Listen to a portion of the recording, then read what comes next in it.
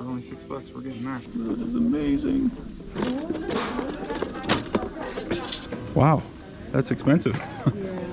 What is happening, folks, and welcome back to Hunting with Tripler. A couple of months ago, I got on my first plane in over 2 years. I flew out to Denver to see some family, and I had an amazing time. And I found a whole bunch of awesome stuff for my reselling business, including a few surprises. You don't want to miss these epic finds. Stick around.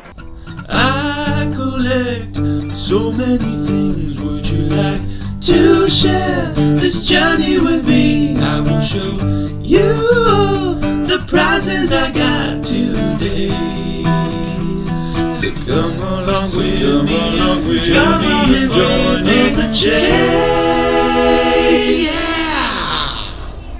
Well, folks, in today's episode, you're going to see a couple of thrift stores that I found to be just wonderful. Tripler went in and swooped up a whole bunch of stuff. And the question, of course, is, how am I gonna get all this stuff back to California? Well, while I'm at the thrift store, I pick up a suitcase and I fill all of my junk into that suitcase, put it on the plane, wish for the best, hoping nothing breaks in transit, and then when I get back to the warehouse, I check to make sure everything is in decent condition. In this episode, I really just focus on the finds. I don't meander around the thrift store. I'm picking up just the stuff I like. So 1, if you like my thrift videos, you're gonna like this. 2, if you like video games, you're probably gonna like this. 3, if you like seeing the random things I like to pick up at the thrift store, then this video will do you quite nicely. And in the end of the video, of course, we will summarize everything we picked up, we'll see how much profit we're gonna make, blah, blah, blah, blah, blah, and you guys will be totally impressed. Sit back and relax and enjoy this one. And with that awesome introduction, we are now stopping at our first thrift store here called Arc Thrift Store. And this seems to be like a chain here in Denver. Not sure where it extends to, but I've got that guy with me right here. And he's on the hunt for Lego. I'm on the hunt for small items, preferably 80s, 90s nostalgia. Deep 80s is what we're going for. Oh, that's not the entrance. Oh my goodness. Let's do this. All right, Lucas has spotted the toys. He seems to be focused on one mission. What's that, Lucas? Legos.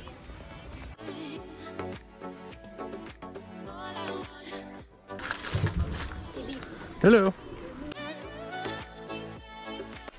So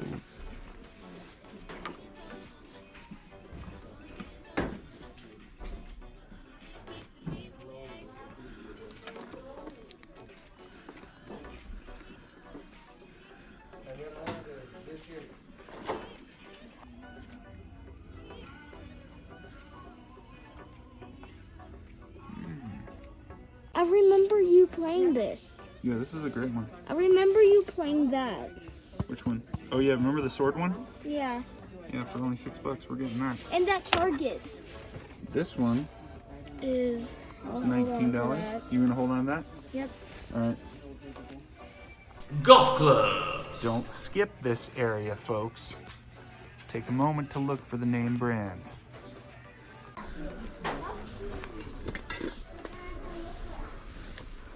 VHS. So hot right now.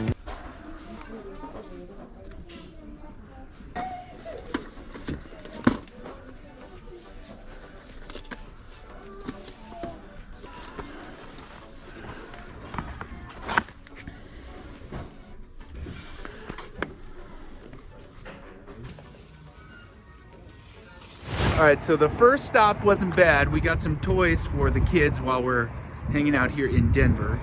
And now we're on to a Goodwill. There you are, young squire. Let's look in the case here. Oh, look at that. Oh yeah, that's like a Wii remote. Lucas, this is promising. Oh my goodness, Lucas. Oh baby. Guys, we've got a Dino plush toy, $3, 1987. Deep 80s.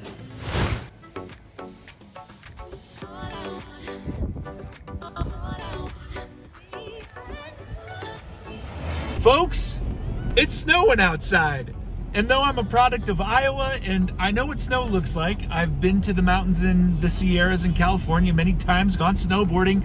It's not like I don't know what it is, but it's always just refreshing to have a little bit of snow in your life, especially when you don't get to see it very often. For those of you who are watching my channel from the Midwest or areas where there's an abundance of snow, I gotta say, it is really nice to have a little bit over the holidays. Now, this trip has really been about spending time with family, and I've set aside a lot of my reselling efforts. But earlier today, I went to a number of thrift stores, found a couple of cool items, but it was really this last thrift store I went to that I had such a great experience with, and I didn't get to spend nearly enough time with it. So you're gonna see footage here from my first time in the thrift store, and then you're going to see yet a second time because I'm going back. But I wanna find some cool 80s, 90s nostalgia. I wanna find some cool stuff for resale. So I want you to come with me and find the goods. Oh, this place looks awesome. I already like it. I already like it. Yes, toys.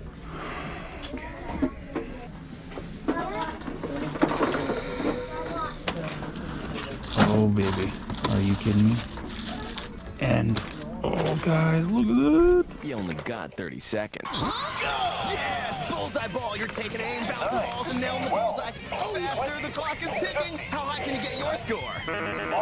Yes! The world champ! All right. That is amazing. Okay, we need a cart.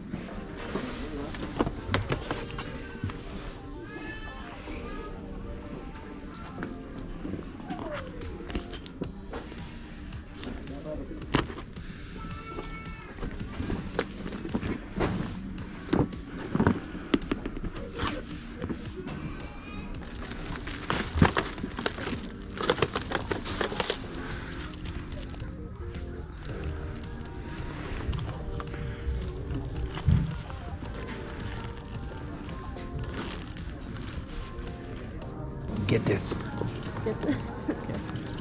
Sugar and cream. Kidding me? Yes.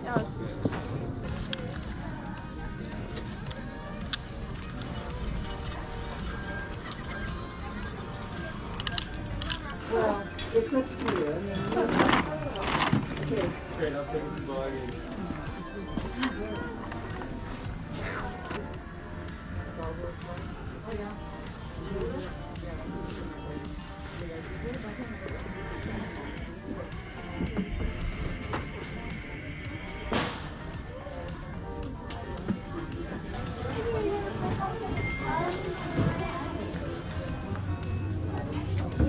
This right here on top. Yeah. $249.99. Can I see it? 249? Yeah. Oh my God.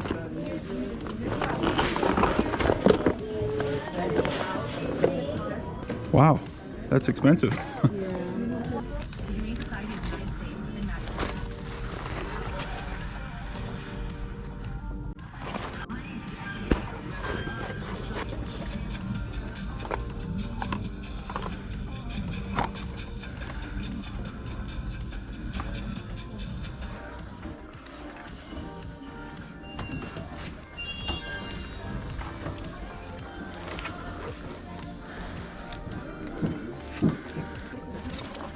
The quest for Cutco!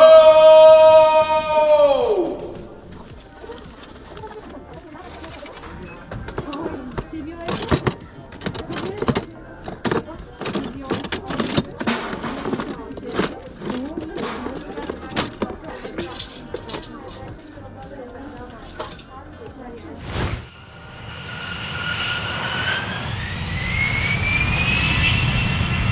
And now safely back in the warehouse, it's time to take a look at all of the goodies we got, because not everything I picked up on film, everything packed up nicely into the suitcase, so take a look.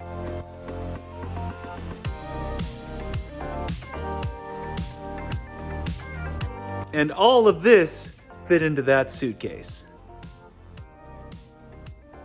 Some Nerf rivals, Sony Sports Radio with the tape player actually working, a Tiger bullseye ball, which I had when I was growing up. That thing was fantastic. Home movies, which season 4 apparently goes for a little bit of money. Found that in the DVD section. We got a Netgear Nighthawk router, $4.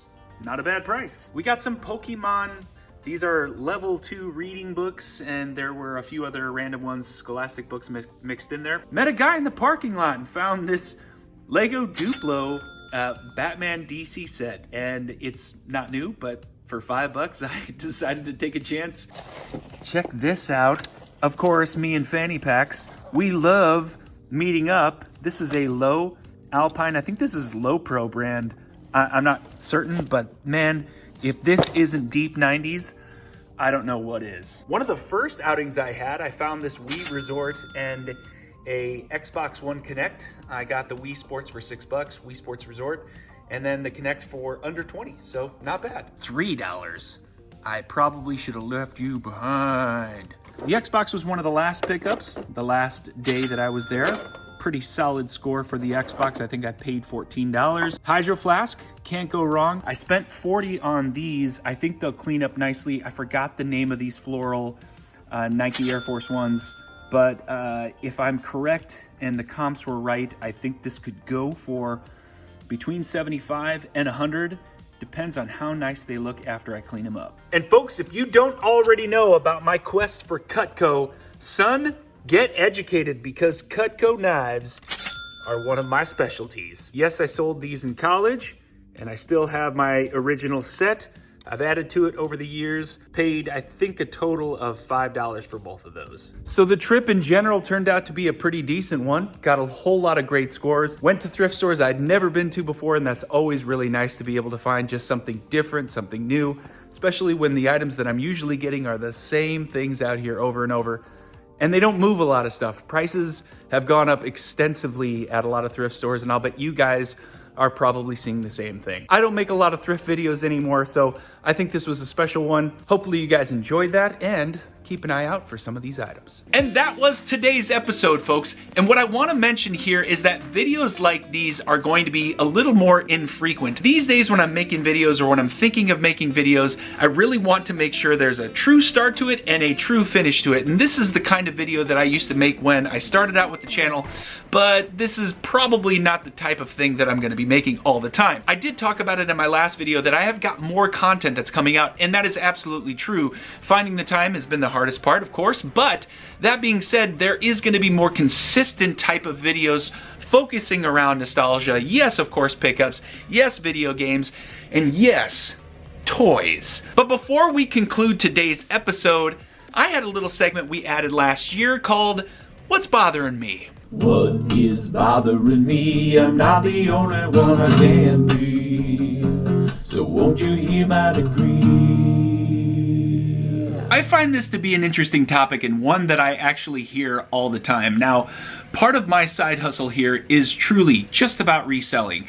And it's hard for me sometimes to separate the YouTube videos and all the random stuff that I sell from the things that I know you guys actually like. With that said, this rant is going to be somewhat related to just general reselling and not necessarily about nostalgia, not necessarily about video games. Here is my what's bothering me moment. A lot of times I hear people struggling with their sales, whether it be on eBay, whether it's on Whatnot, whether it's on these other platforms, and people are just generally talking about how their sales are taking a dip. And though I know that's true because that's happening also to me, it happened a lot more at times last year when I knew it shouldn't have been dipping, and I had to really take that in stride. But that's not necessarily what's bothering me, because what's bothering me is the advice on how to make sure that your sales will continue to pick up. And I hear this all the time, that people think the solution to making sure their sales get back on track is to just list more. It's not true. Let me explain. I list consistently anywhere between 15 to 25 items every day. For some of you that might be a lot, for others of you that might be very, very little. Too much of a tangent. My point here is that with experience, I know that it's not just about listing. And I suppose what's bothering me is that there are these experts out there telling you exactly what you need to do in order to continue to improve your sales. It does matter what you're listing, right? That's a big part of it. But I think pandemic sellers are a huge part of why your sales aren't so great. There are more sellers in every single category than there's ever been. There are more people into reselling than we've ever seen probably in the history of this gig. And knowing that there are more people selling video games, knowing there are more people selling vintage toys, people selling clothing, people selling shoes. But what I think people aren't saying, and why it's bothering me a little bit, is that there's competition like you've never seen it before. There's a lot of competition. The reason why your sales are taking a dip is because there are more people selling the exact same thing that you have. Some of you will be very successful. Some of you, this is not a problem. But for the majority of you who are looking to getting into reselling, you have to weigh the reality that there are so many people doing this now that this is not that best kept secret anymore. And the problem is not because you aren't listing enough. I think the reason why your sales are struggling is because there's so many people doing it. Take it for what it's worth. That's my thought process. That's not advice. I'm not telling you not to be a reseller, and I'm not telling you that you should go into it. And I think I can safely say the reason why some of my sales are taking a dip has nothing to do at all with listing. So what's bothering me? Those who think that listing is the only reason why your sales are bad. Call me controversial, but that's my thoughts on So it. won't you hear my decree? Folks, I hope you enjoyed today's episode as much as I enjoyed making it. I hope your sales do stay good. I hope your finds are always amazing. And if you're enjoying the content, you guys like what Tripler's putting out there, make sure you hit the like button and become a subscriber. It would mean a lot to me. I hope you guys have a wonderful week. Of course, I will. See you next time. Take care.